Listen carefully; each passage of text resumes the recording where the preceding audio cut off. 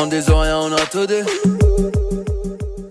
Yes, Massif, c'est Spectre qui est F-Baby pour Parole Inutile. On parle pour ne rien dire, mais en disant rien, on a tout dit. Petit aléa de la vie. J'ai un Mac qui ne fonctionne pas, donc j'ai perdu quelques données de vidéos qui devaient sortir avant cette vidéo. Donc je me suis dit, je vais sortir cette vidéo maintenant en espérant retrouver mes données. La vidéo, du coup, c'est un petit story time partiel en tout cas, sur le fameux gimmick, le meilleur rappeur de l'histoire de la Martinique que j'ai tant utilisé et qui a tant fait parler. Donc après avoir sorti mon son spécial, je vous avais dit qu'il y aurait une trilogie sur le rap antillais. Donc on la continue aujourd'hui avec le meilleur rappeur de l'histoire de la Martinique et qui est mon gimmick que j'utilisais tout le temps pour me désigner. Donc meilleur rappeur martiniquais et Guada pas à l'abri. Tous aux abris, en la ria c'est pas vu, pas vu. Ton clip est lourd, ton buzz est lourd, mais son en pas capri.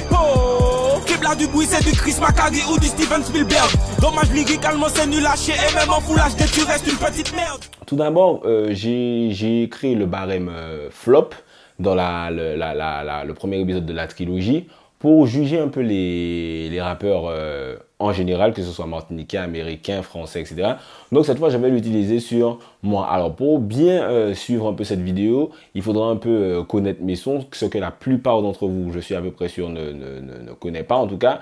Donc je vais vous faire une petite playlist de, allez, une dizaine de sons, je ne vais pas trop en mettre, pour que vous puissiez un peu vous familiariser avec ce que je fais, pour que vous puissiez suivre la partie barème et ensuite la partie story time, même sans connaître mes sons. Ça peut être intéressant un peu pour connaître le parcours.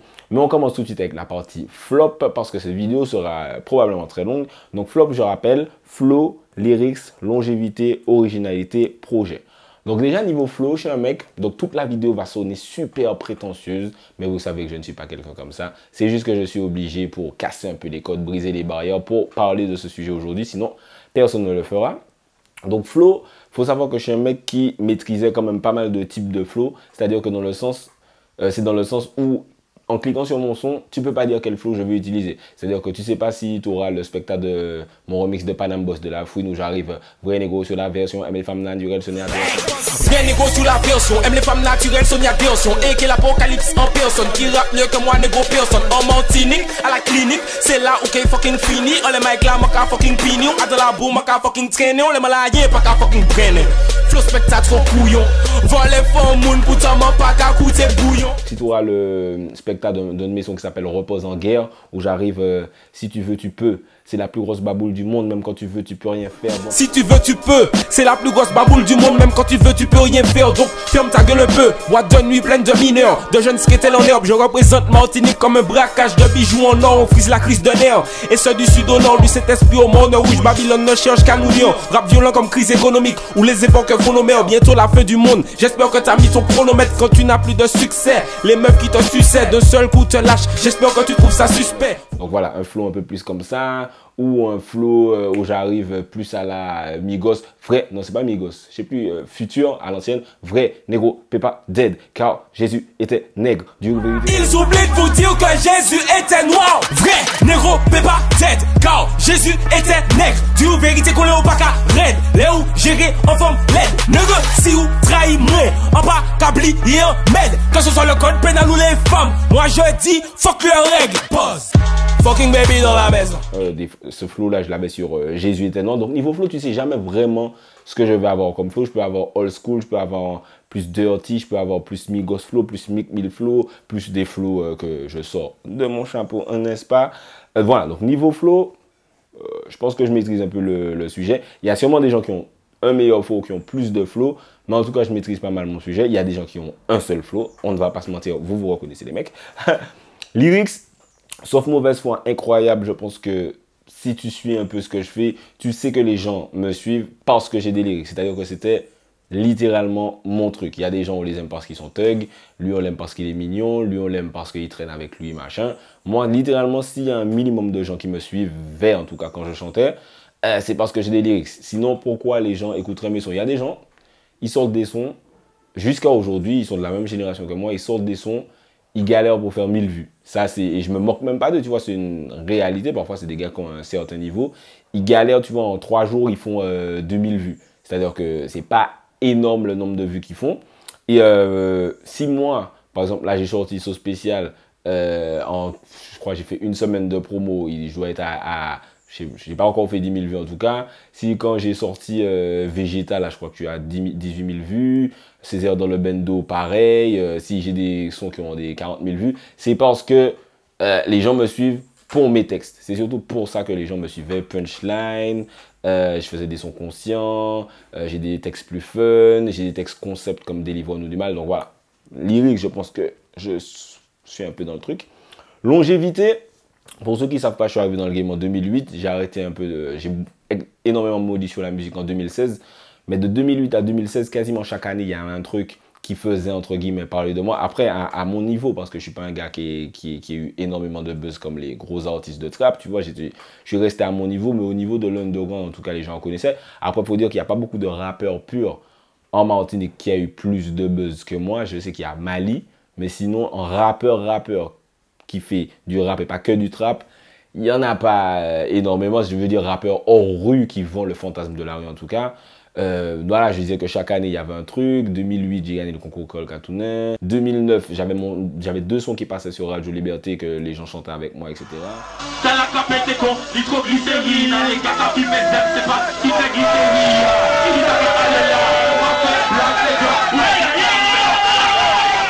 C'est en 2010 que j'ai fait La Chatata m'a mis le son sur le jour de paye. 2011 X-Men m'a invité à rejoindre son crew, je vous ai fait une vidéo dessus, Pline m'a clashé. 2012, il y a eu le remix de La Fouine, Panam Boss Redeem. Quand il est sorti, tout le monde a dit « Maman, ce remix est meilleur que le remix qu'il a fait avec les X-Men, Kalash, Admiralty, nanana. » Je n'invente pas, les gens ont vraiment dit ça. Je ne dis pas que c'est vrai, mais je dis que les gens l'ont dit. Ça, c'était 2012. 2013, j'ai sorti ma mixtape Lilo Fleur du Mal. Jusqu'à maintenant, on m'en parle toujours, qu'il y a eu de très très bons retours. Et voilà, j'ai continué à sortir des sons. Après, j'ai sorti une deuxième mixtape, il y a eu d'autres clashs. C'est-à-dire que longévité, chaque année, il y avait un truc. Et originalité, bon, comme je disais, il n'y a pas beaucoup de rappeurs qui parlent d'autre chose que de rue aux Antilles et qui ont eu le minimum de buzz que j'ai eu. Il n'y en a pas énormément. Donc voilà, originalité, rien que par rapport à ça, je me différencie. Mais en plus, voilà, j'essaie tout le temps de trouver un concept, Délivre-nous du mal où je parle des 7 péchés capitaux. Ensuite, j'arrive sur La Sauce ne paie pas où je dis ne clique pas, j'aime sur les photos des biatchs où je parle des meufs sur Instagram et des gars qui les flattent. Ensuite, je vais revenir sur un son qui s'appelle Jésus était noir. Ensuite, je vais te faire Césaire dans le Bendo. Ensuite, je vais te faire Sauce Spéciale comme j'ai sorti récemment avec un sample de Movado. Voilà, niveau originalité, quand je sors un son, tu ne sais pas ce que tu vas avoir. Donc, je pense que je gagne un petit point dans ça. Et projet, comme je le dis souvent, j'ai 2 mixtapes qui sont assez durs à contester à l'échelle de la Martinique. Là, je parle bien sûr à l'échelle de la Martinique. Je me prends pas pour un gros rappeur français ni pour un gros rappeur américain. Je sais qu'en Guadeloupe, il y a tellement de compétition que voilà, je ne vais pas arriver à me comparer à eux, mais je parle de Martinique puisque le Gimmick, c'est le meilleur rappeur de la Martinique. Voilà, je ne trouve pas quelqu'un qui ait de meilleurs projets en Martinique que Lilo Fleur du Mal et Jeunesse Éternelle. Niveau hip-hop, niveau qualité de hip-hop, pas projet qui a plus buzzé, où il y a eu un gros single, je parle vraiment de qualité hip-hop d'un projet. Donc voilà, si on rentre dans le flop, le barème flop, il y a des gars qui sont, vous allez préférer leur flow, ils vont chanter plus vite, ou ils vont plus maîtriser le flow trap, ou ce que c'est, vous pouvez me préférer quelqu'un d'autre à moi dans ce domaine. Lyrics, ça va être compliqué, franchement, je ne vais pas vous mentir, ça va être compliqué, mais si vous voulez, peut-être Perry, peut-être Mali, vous pouvez préférer ce style-là. Parce que souvent, moi, j'ai des lyrics, pas pour dire qu'ils n'ont pas de lyrics que les gens comprennent pas, mais souvent, moi, j'ai des lyrics, j'ai remarqué que quand je dis, ouais, mais quand je dis ça, vous savez ce que j'ai voulu dire? Et il y a beaucoup de gens qui me répondent non. Parce que en Martinique, comme on a plus la culture dancehall, on a tendance à prendre les lyrics au premier degré et à pas aller chercher ce qu'il y a derrière. Longévité, comme j'ai dit, 2008 à 2016, en faisant parler de moi, il y en a qui ont une plus longue longévité. Mali, là, depuis beaucoup plus longtemps. Il y a les mecs qui pas qu'à faire la fête qui continuent à sortir des trucs. Mais avoir une période comme ça où tout le temps je sortais des trucs, où ça faisait parler, etc. dans l'underground, même ceux qui ne m'aimaient pas ou qui n'aiment pas mes sons parlaient de moi du coup pendant toute cette période-là. Donc la longévité, il y a des gars, on veut les comparer à moi, ils sont arrivés en 2014. C'est pas, niveau longévité en tout cas, ça ne matche pas. Et projet, comme je disais, voilà, les mixtapes sales. Il y a des gens qui peuvent avoir un point en plus que moi dans certains trucs, mais être plus régulier dans tous les trucs, ça va être compliqué. Donc c'est un peu pour ça que je dis meilleur rappeur de l'histoire de la Martinique. Parce que dans ces critères, je pense être vraiment le plus, voilà, comme dans FIFA ou dans Def Jam, quand tu as tous les critères des personnages, celui qui est presque pas à fond non plus, faut pas déconner, mais celui qui a les jauges les plus montées dans le plus de critères, voilà, techniquement on va dire putain lui c'est un monstre dans le jeu. Donc voilà, niveau flop, c'est niveau barème flop en tout cas, c'est comme ça que je me jugerai un peu. N'hésitez pas à ceux qui connaissent mes projets ou mes sons à discuter avec moi dans les commentaires, mais sans mauvaise foi, sinon là on essaie d'être vrai aujourd'hui. Après le barème flop et avoir établi un peu les critères dans comment je me débrouille dans ces différents critères, je vais vous faire un peu l'historique de comment je suis arrivé, c'est ça là, vraiment la partie intéressante, comment je suis arrivé à dire le meilleur rappeur de l'histoire de la Martinique, comment c'est devenu ma marque de fabrique. Faut comprendre, j'ai la psychologie compétitive du rappeur depuis très longtemps, même avant de rapper. C'est-à-dire que, voilà, même quand je joue aux jeux vidéo, il fallait que littéralement que je sois le meilleur aux jeux vidéo. C'était maladif. Je jouais à Mario Kart, à Super Smash Bros.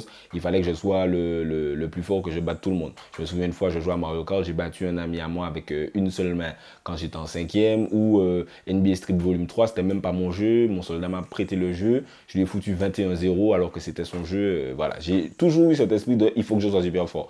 Quand je suis passionné par un truc, j'ai commencé à chanter, en tout cas j'étais au collège. Le premier truc qu'on a fait avec mes potes, et je suis à peu près sûr que c'était une idée de moi, c'est faire des clashs sur des artistes connus. C'est-à-dire que personne ne nous connaît, tout le monde s'en fout de nous.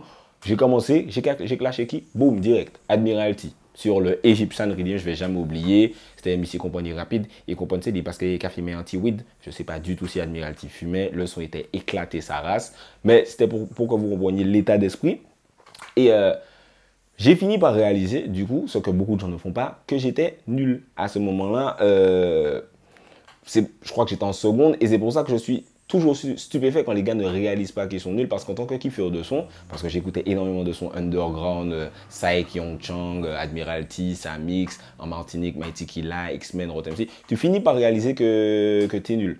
Et quand les gens ne réalisent pas ça, je suis toujours choqué. C'est-à-dire qu'une question que je pose souvent aux artistes quand ils me demandent mon avis sur leur son, c'est est-ce que toi-même, tu aurais kiffé ton son?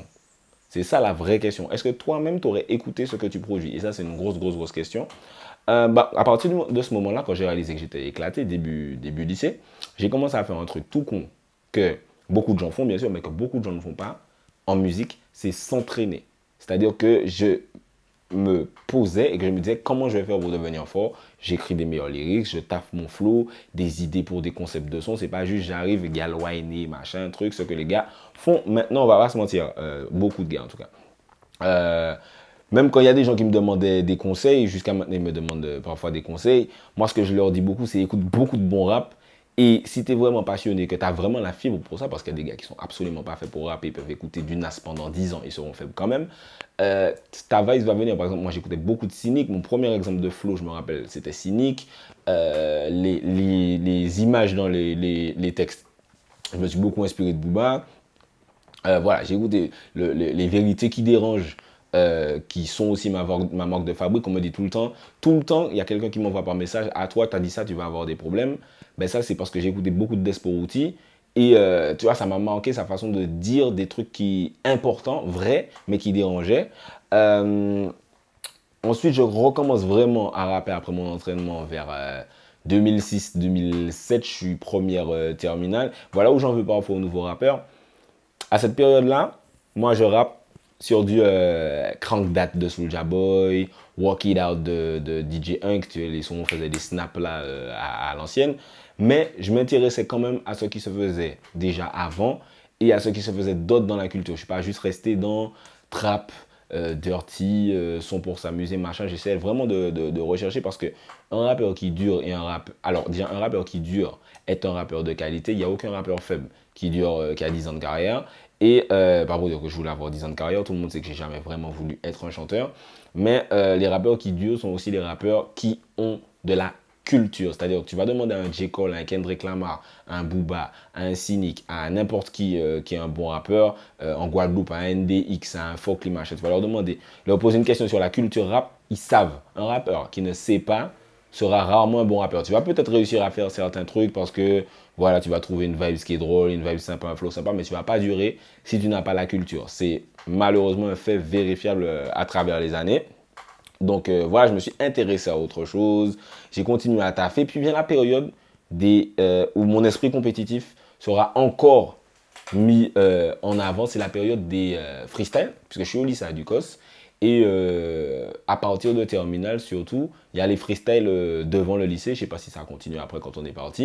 Et il faut savoir que j'étais dans le lycée de J-Max au même moment que J-Max, à qui j'envoie un big up. On en reparlait quand je l'ai interviewé l'année dernière dans mon émission sur RBR. Et même lui, il disait, ouais, putain, quand on se rencontrait, puisqu'on était un peu musicalement les leaders de notre crew, je dis vraiment entre guillemets, tu vois, parce que c'est nous qui avons continué après, c'est nous qui donnions vraiment une impulsion à nos crews. Et voilà, quand on se rencontrait en freestyle, c'était faut que je sois meilleur que lui, il faut que j'ai plus de pull-up que lui, il faut que les gens disent que j'ai écrasé plus que lui. Donc lui, il avait son truc, c'était plus flow, son flow qui a d'ailleurs énormément changé depuis toutes ces années. Et moi, mon truc, c'était déjà lyrique, je vais dire ça, et tout le monde va crier. C'était déjà mon truc, j'avais déjà l'esprit de compétition énormément, mais j'avais toujours pas le gimmick meilleur rappeur, machin truc. Et ça continue encore après, donc cette année-là, c'est 2008 où il y a les freestyles au lycée. Et à la fin de l'année, juste un peu avant mon bac, il y a le concours Créole Katounen dont je vous ai déjà parlé quand je vous ai parlé de mon clash avec Plin et de mon crew avec X-Men. Il y a le concours Créole Katounen organisé à Dillon et je participe. Et il y a tous les mecs de l'Underground qui font déjà un petit peu parler d'eux à ce moment-là parce que eux ils sont faux y aller, donc voilà, ils sont à technique, ils ont plus de public, machin, ils font déjà des clips et on te dit oh mon dieu ils ont fait un clip, les clips étaient éclatés, bref. Tu vois, tu as des gars comme Headphone, Politic Night, LG, Mafio, J-Max aussi qui a participé, DevJ, Taiji, qui ont participé l'année d'après moi par contre, Namix, Magic Fit Magic, voilà, tous ces gens-là ont participé au concours Créole Katounen. Donc il y a eu une édition en 2008, une en 2009, une en 2010, excusez-moi. Et moi j'ai participé la première année en 2008.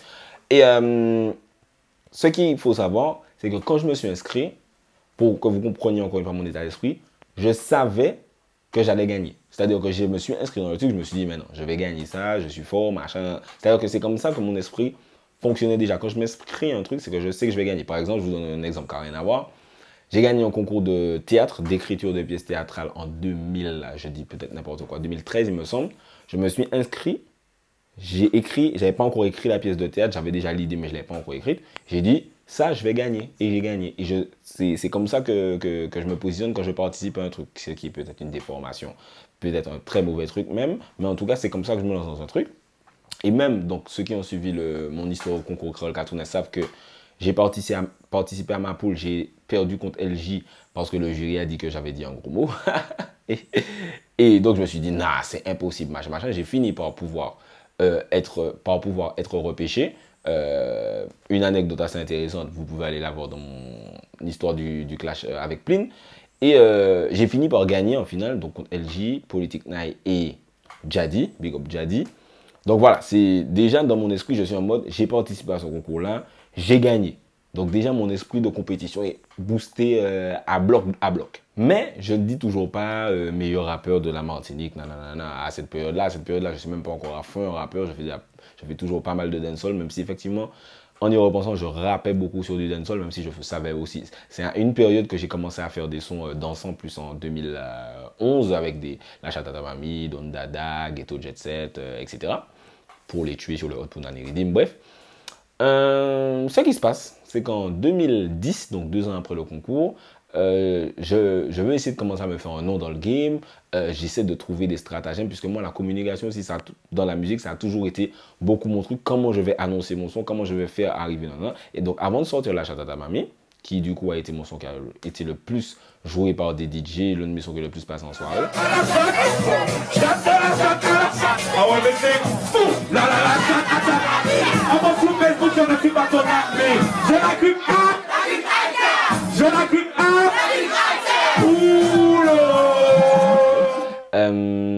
Je me dis comment je vais annoncer le truc, comment je vais faire monter la sauce.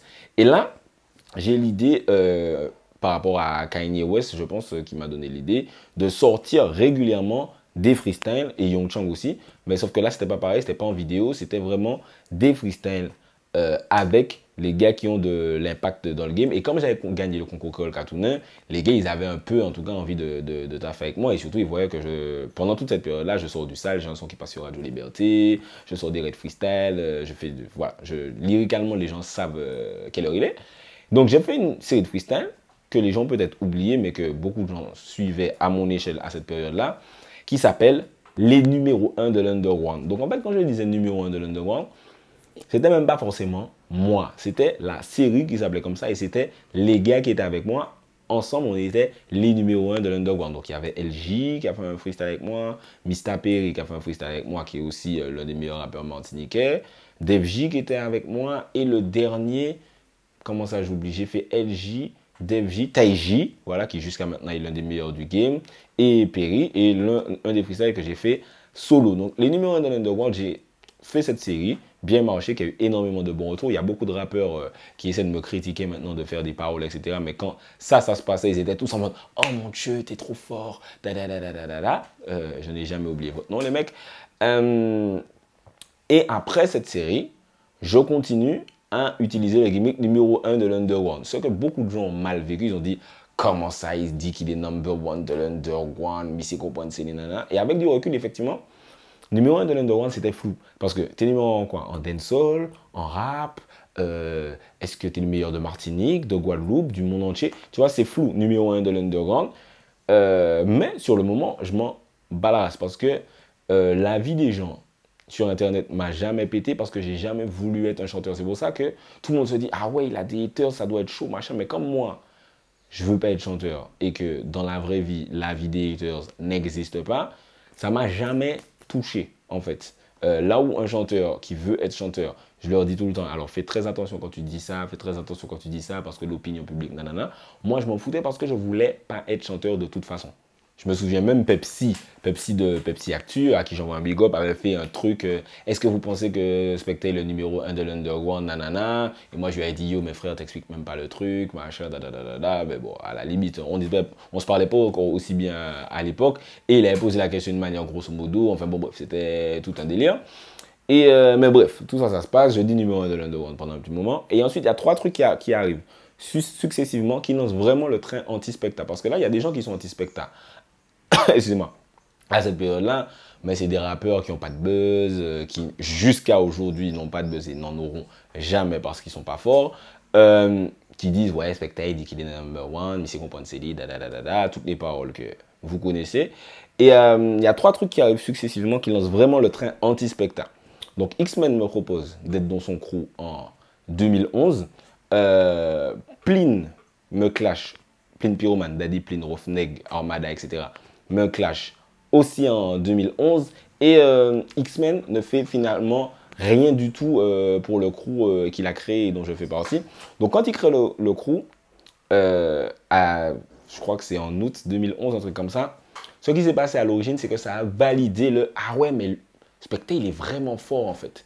Ce qui dérangeait énormément parce que voilà, je suis pas un gars de la rue, je suis le seul qui n'était pas de Fort-de-France dans le crew. Tout le monde se disait, ah, comment il a choisi Missier. Je sais qu'il y a plein de rappeurs qui, à cette période-là, se disaient, putain, il l'a choisi, il m'a pas choisi moi. Ils avaient la rage, en fait. Je sais qu'ils avaient la rage, mais ils disaient rien parce que tu peux rien dire, sinon tu passes vraiment pour un rageux, ce que tu es vraiment de toute façon. Ensuite, Plin me clash, et là, c'est là que je me dis, Zotpeka attendent ça, en fait. Parce qu'il y a énormément d'artistes à qui j'ai jamais parlé de ça avec eux, mais qui en ont profité pour dire « Ah, tant pis pour toi, ah, au groupe, nous t'es number 1, gars, ça arrivé au ah, nanana ». Alors que, comme je disais, le clash de Plin n'était même pas ouf. Tout le monde sait que le clash de Plin n'était même pas ouf, mais il y a beaucoup de rappeurs qui ont partagé en mode « Ah ouais, rappeurs et artistes dancehall même qui ont dit « Bien fait, gars, ça arrivé ». Et ensuite, le fait qu'X-Men ne pas foutre le crew en l'air, mais en tout cas ne fasse rien du tout avec le crew et essaie de faire comme si ça n'est jamais arrivé, ça fait que beaucoup de gens ont dit « Ah, t'as vu, tu croyais que t'étais fort, Plin t'a clashé, X-Men t'a lâché, t'es nul, t'es fuck up, etc. » Donc ça a vraiment validé ça dans l'esprit des gens sans que ça ait rien à voir en fait avec la qualité de la musique.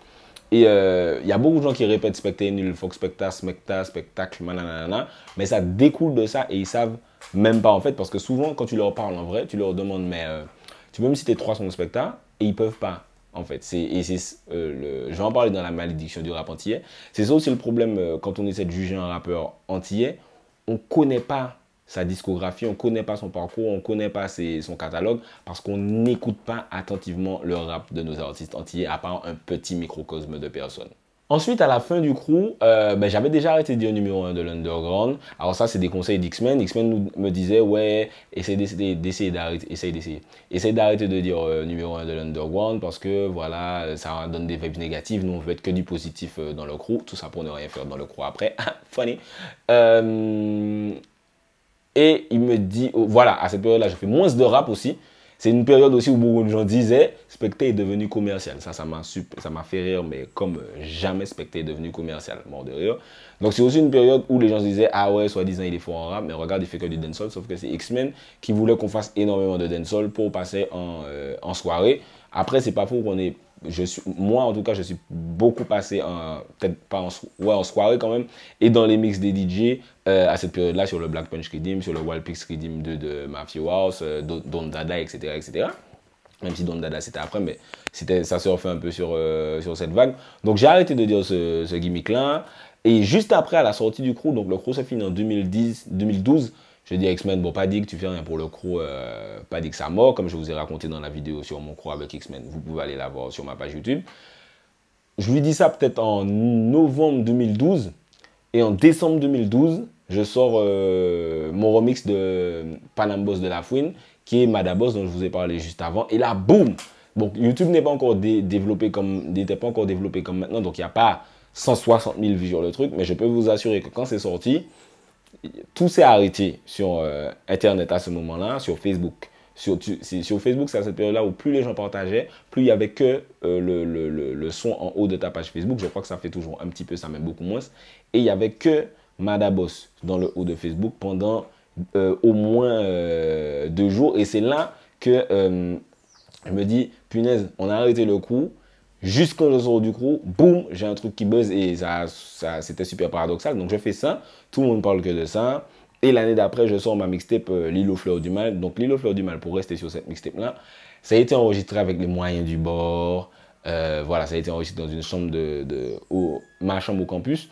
Donc voilà, forcément, ça sonne pas comme un truc mixé par je sais pas quelle boîte de prod.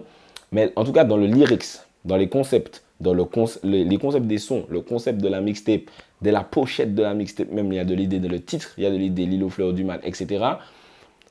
Je pense que cette mixtape-là et ma deuxième mixtape Jeunesse éternelle que j'ai sorti peut-être 2-3 ans après, il n'y a pas de gens qui font ça en fait.